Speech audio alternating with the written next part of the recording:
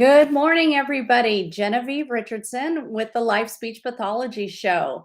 And I am so excited. It's been a couple of months in the making because of timing to introduce you to Allie Reed. She is a speech pathologist working for Virtual Connections through the Lingraphica Company. And she also serves as program coordinator for Aphasia Recovery Connection.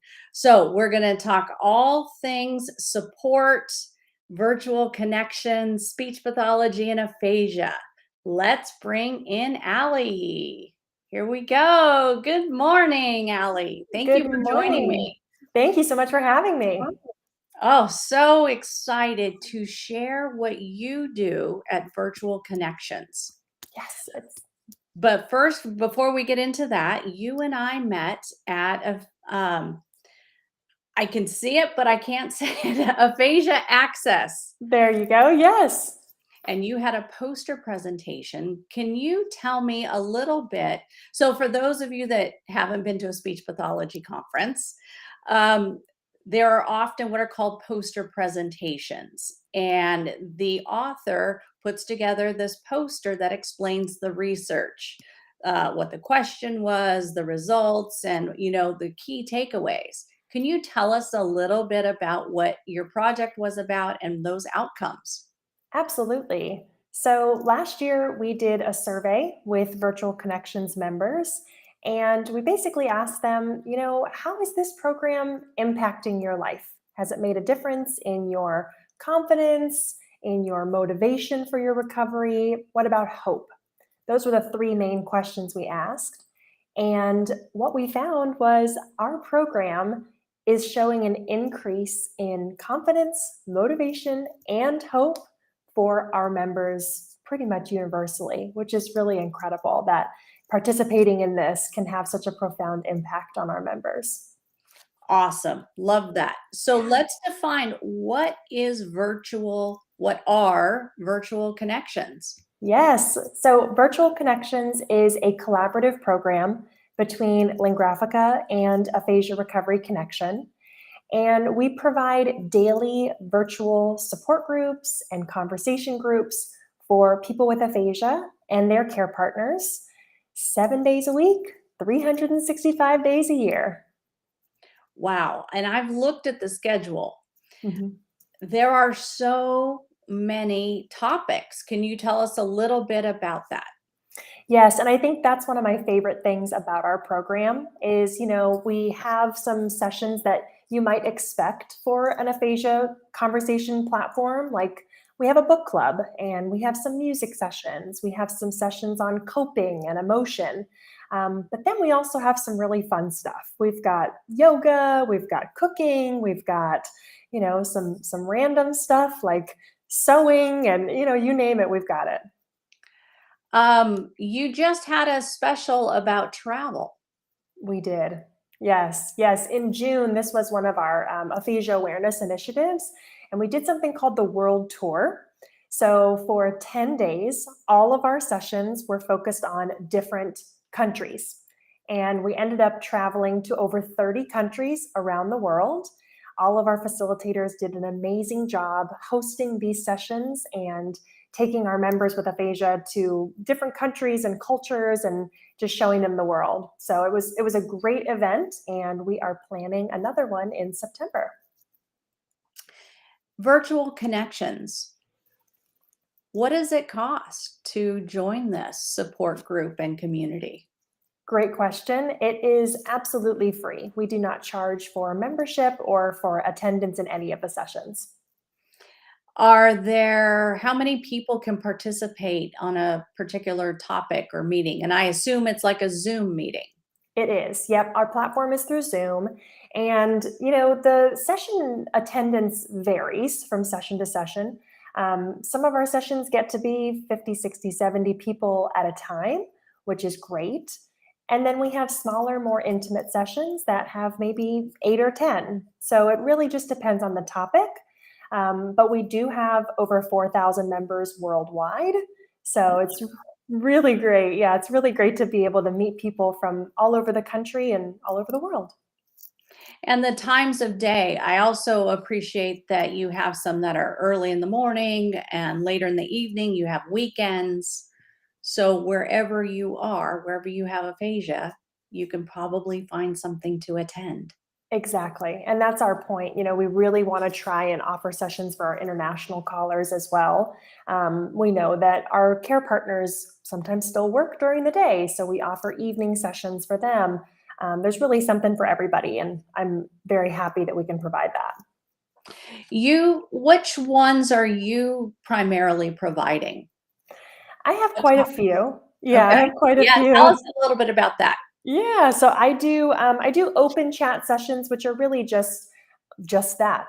Come and we'll figure out what we want to talk about together. You can bring your topics, and we can all chat Oh, neat. along together. Mhm. Um, I do a running club, which is really fun. It's What? Yes, it's How so okay, you're fun. gonna have to explain that. So this is one of my favorite sessions. Don't tell my other sessions, Right, but right. we have a group of people with aphasia who also like to run or walk or exercise in any way. And we get together and we talk about that. And we talk about being healthy and doing fitness activities.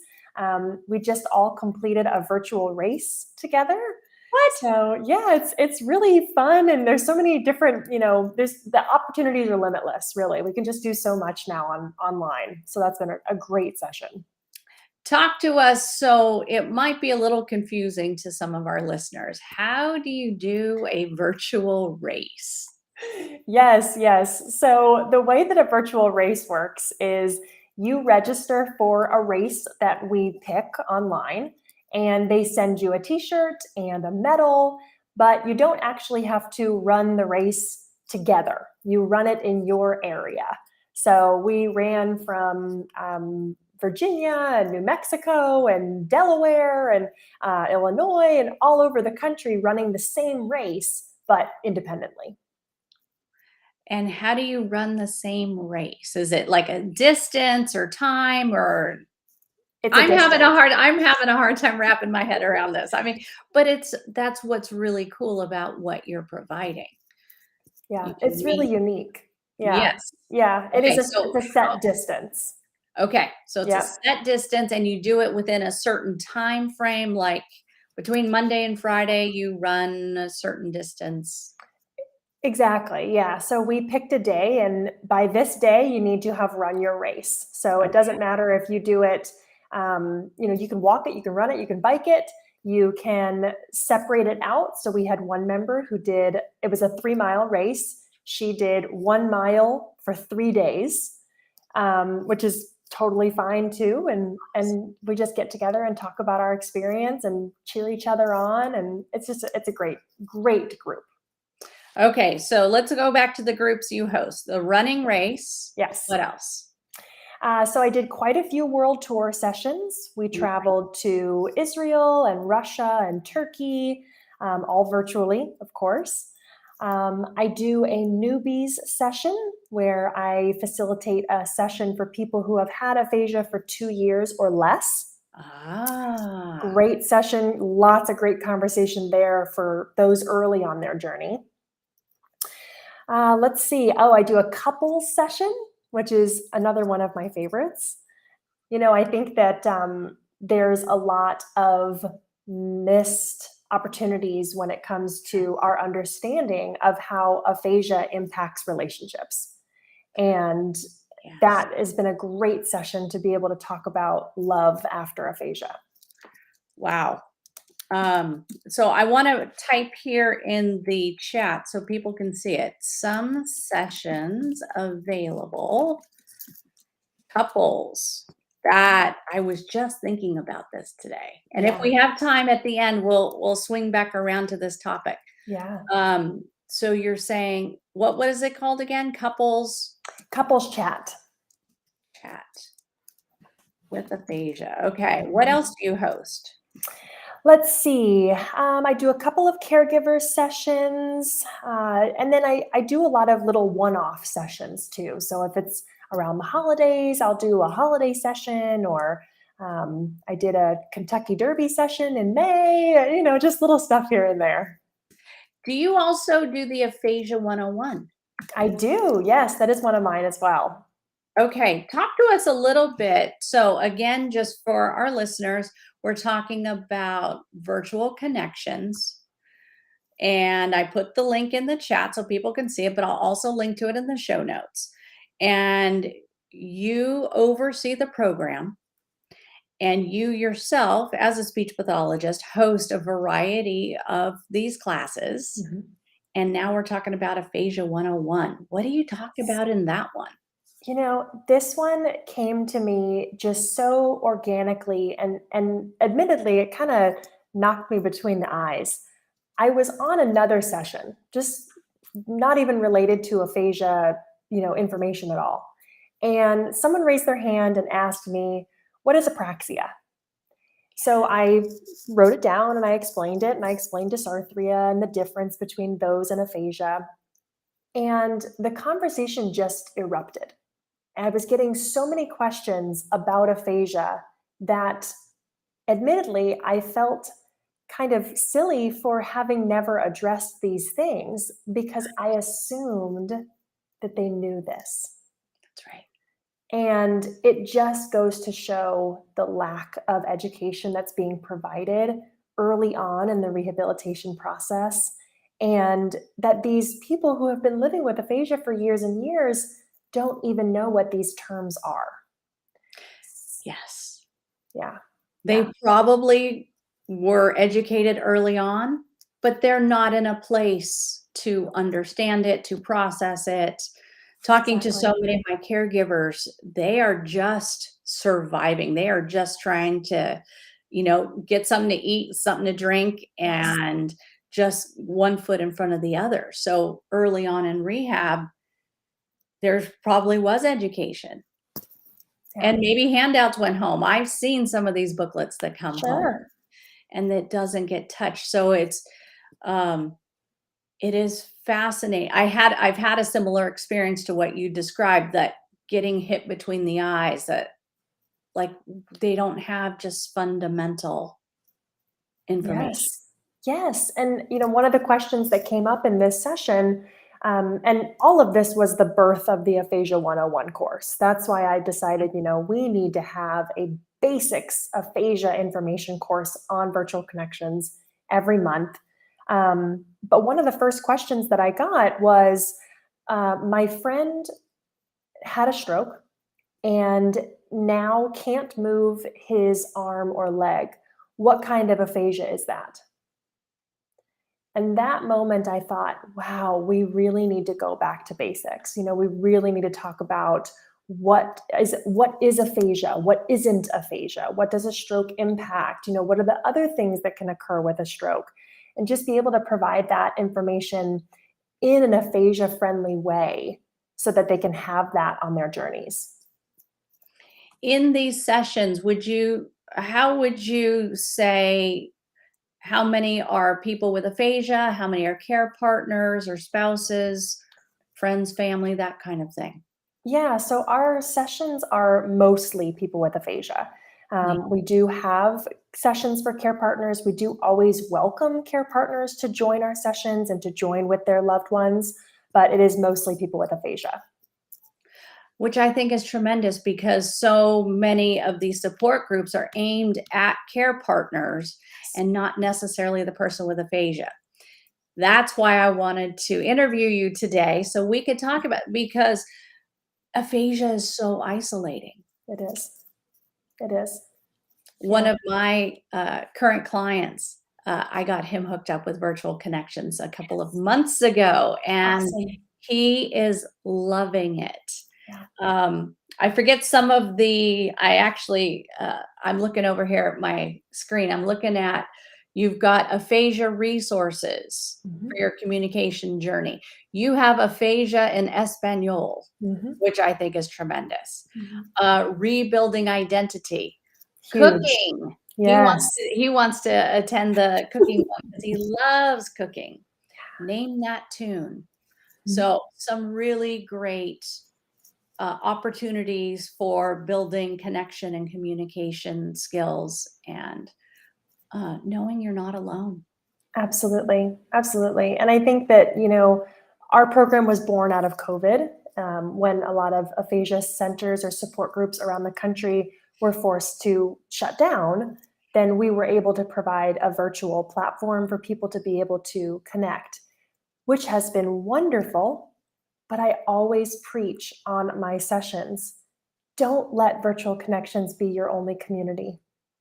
Get out there, find your local support groups, find your local aphasia centers. It's such an isolating condition. The more you can expand your social network, get out there and do it. And we love, collaborating with other aphasia centers and programs so that they can have their representation and their members supported as well. So yeah, it's such a tough disorder. Very much. So I mentioned my client who loves cooking and that he's been involved in virtual connections. He's thinking he wants to talk about Broadway musicals. Love it. How could he get involved? Does he have to be working with a speech pathologist? Well, in this example, he's got me. Right. How do other members get involved or other speech pathologists? Tell us more about that. Sure. So our program is run by volunteers. We have over 85 volunteers that help to run our sessions. We call them facilitators. And we are always welcoming new facilitators. So whether it be a speech pathologist, a person with aphasia, they're welcome to facilitate sessions. Music therapists, occupational therapists, we've kind of expanded our facilitator offerings, which is great. But yeah, I mean, just shoot me an email and we can get you started on the onboarding process, and we'd love to have you. Wow. Tell us a little bit about that onboarding process because I think we're going to, I don't know a thing about Broadway musicals, but I'm willing to learn. That's awesome. Well, maybe I can help because I do love Broadway. Oh, good. Yeah, yeah. The onboarding process is real easy. You come to an orientation with myself and the Virtual Connections program specialist. Her name is Candace, and she helps to organize all of our sessions and communicate with our facilitators and just make it run, basically. Neat. But we will do the orientation, and then we send you a few session recordings. We have you observe a few sessions, kind of get your feet wet, and Okay. then you are able to start facilitating whenever you're ready. Neat. Yeah. There was something else I noticed on virtual connections that my client pointed out to me, and it was where people with aphasia are sharing their story. Yeah. Yeah. Yeah. That has been really impactful. Mhm. And time again, our feedback that we receive from members is we love hearing other people with aphasia presenting because it is so inspiring. I know that you had Dr. Katie Strong on a few Yes. weeks ago. So She's amazing, and she's one of our facilitators, and she does just that. She brings people with aphasia and students on to tell their stories and share about their journeys, and it's always a very successful session. So, what does that look like in reality? Somebody has like a little PowerPoint or they have pictures. Give us an example of what that storytelling looks like. It is, yep. It's usually a presentation of some sort, and the person with aphasia will come on. We call these member spotlights. Nice. The member will come on, and they'll come on with the student that they've been working with in Katie's lab. And then those two will present, the person with aphasia presenting mostly, and the student just there to support. Mhm. And they'll click through their slides. They'll go through their, old pictures and their pictures of themselves in their careers and in college and their children and their families. And it's just a really great session. And I've learned so much about our members by seeing those sessions, which has been great. Neat. Yeah. I'd like to see those as well. Yes. Now, I know that those participants that share their story are going through the story lab with students. Mhm. Is there an opportunity for other folks with aphasia to share their story as well? Absolutely. I mean, we will never turn away a session, honestly. We love having new ideas and new sessions come on our calendar. So if someone wants to share their story, Just give me a time and I'll put it on the books. Okay. Yeah. So I have one question. I'm getting them on text message. Sometimes if you're not signed in, you can't put your questions directly into the chat. Okay. So Sarah is asking, my dad had a stroke. I want to attend with him. What do I need to tell him to try and encourage him to jump into one of these sessions? Because I know he would do great with it. Yes, yes. Great question. Sarah, first of all, I'm so sorry that your father experienced this stroke. No one wants to come to virtual connections. No one wants to have aphasia, but we're a community and we're here for you on this journey. Um, as far as attending your first session, first of all, you're welcome to come with him if that'll make him feel more comfortable. His speech therapist is welcome to come with him. I often recommend that speech therapists attend and build this in as part of their session. This is life participation at its finest. So if you can attend with him, that might make him feel more comfortable. And then these big sessions, some of our sessions can be a little overwhelming with 50 people in them. So, turn your camera off, keep yourself muted. You're welcome to just observe the first few times until you feel ready to participate. Neat. Now, Mhm. how can we find out? Because it's something that I wasn't sure of looking at the website, how many participants are allowed in a particular session. And sometimes I've tried to join a session and it's full. Yes, yes. We are having that issue right now. We are working on some things to improve that. But because our program has grown a lot recently, we've been having our sessions fill faster. So we're hoping to start expanding our session offerings to be able to invite more people in. But mostly our sessions average about 30 to 40 people. That's a tremendous amount of people. Now, Mhm. can those participants find connections with others in that group? And could they follow up with them outside of virtual connections? Does that happen? Is there a facilitation process? What do you say about that? Absolutely. Yes. And this is another thing that I always say is, when this Zoom call ends, don't let your friends go away with it. Keep these connections going because that's how to participate in life. So there's a few ways we can do that. First of all, we do have a Virtual Connections Facebook group where our members can join and continue the conversation and add each other. And then recently, Lingraphica launched something really amazing, which is called the Aphasia Community. It's just simply aphasia.com. And this is a wonderful website for people with aphasia, care partners, SLPs. You can go on and you can join forums. You can make friends. You can comment on each other's posts. You can see where other people with aphasia are nearby. And there's a lot of educational content on there as well.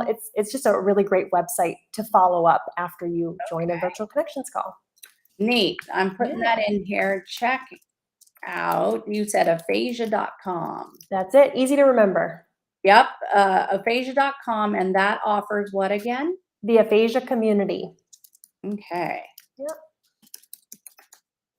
Okay, those are gonna be all great links to put in the show notes. Fabulous. And then we have one more question that's come in. Ben is asking, I keep hearing about life participation. What is that? And can you tell me more about it? Yeah, yeah. So the life participation approach to aphasia is a model of living successfully with aphasia. So we know that often aphasia can be a chronic condition. It doesn't normally go away after you've had it for a few months, it sticks around. So the life participation approach is finding ways to engage in life, engage in those activities that bring you joy and bring you fulfillment while also having aphasia. And Lingraphica is based off of this model. Aphasia Recovery Connection is based off of this model. And so obviously Virtual Connections is as well. And we just encourage everyone to find ways to live life even with your aphasia. That's right. Yeah. Because You're here for a reason. You survived. Yes. And I think sometimes we have to celebrate that fact, even though life looks very different. It does. It does. It looks very different after aphasia, but it can still be beautiful after aphasia. That's right. Allie, let's wrap this and tell me what other burning information, what projects do you have coming up personally, professionally? What are you doing with your career? These kinds of fun questions. Yes, yes. Well, my next big endeavor is I'm going back to school. So I am starting my PhD in August. Wow. And I'm very excited. I'll be working under Jackie Hinckley, who is, incredibly accomplished within the aphasia world. And I am hoping to research and better understand, just what we talked about earlier, how aphasia impacts love and relationships. Wow. Now that is incredibly powerful. Mhm. And I don't think there's a ton of research on that. There isn't, and that's kind of what sparked this for me. Is I met a woman who her husband had a massive stroke and was, severe in his aphasia, and I had been recently married, and I realized, oh my gosh, what if I couldn't talk to my spouse? And I looked into the research, and there really wasn't much out there. And I just think that that's such a missed opportunity. I mean, who do you talk to more than your spouse? So yeah, it's definitely something I'm passionate about and I'm excited to explore. It was an interesting topic at the Aphasia Access Hmm. conference. There Hmm. was a lot of discussion. And I think this just wasn't coming to the forefront before like the development and I won't call it mainstream yet because it's a in process, but the life participation approach. We've Yes. always, how we're trained in school is about addressing the impairment Yes. and working on that talking if there's an apraxia or working on the comprehension. But there was less emphasis, definitely when I was trained, and I'm not sure about your training as well, Hmm. on looking at the whole person and the whole family. Yeah. And how do we help people thrive despite aphasia and related conditions? Exactly. Exactly. And if you put yourself in your client's shoes, would I care if I can name 10 animals in a minute? Or would I care if I can tell my husband I love you? Mhm. When you And want that to. when I want to, yes, yes, not every day, but I know, right, right. no, I mean it just seems like such an opportunity there, and I'm really excited to explore this. I've already had so many great ideas and concepts come up just in the couples chat that I facilitate on Virtual Connections. It's I'm learning from the experts themselves because they live it every day. That's right. Yeah. Yes, I had a very interesting conversation with one of my care partners. She's a spouse, Mhm. and she was saying one of the biggest things she misses is physical contact. Yes. When you're not doing caregiving tasks, how do you use physical contact to make that connection? Yes. Yeah. I mean, that's something that I've been, researching a little bit as well is intimacy post stroke and post aphasia. It looks very different. And even just, holding hands with someone that you've been caring for all day, it starts to take on more of a patient and nurse feeling or even a mother child feeling. Yes. And it can be really difficult to find the romance again after stroke. Of course, this isn't the case for every situation, but that's something that has been common in the literature.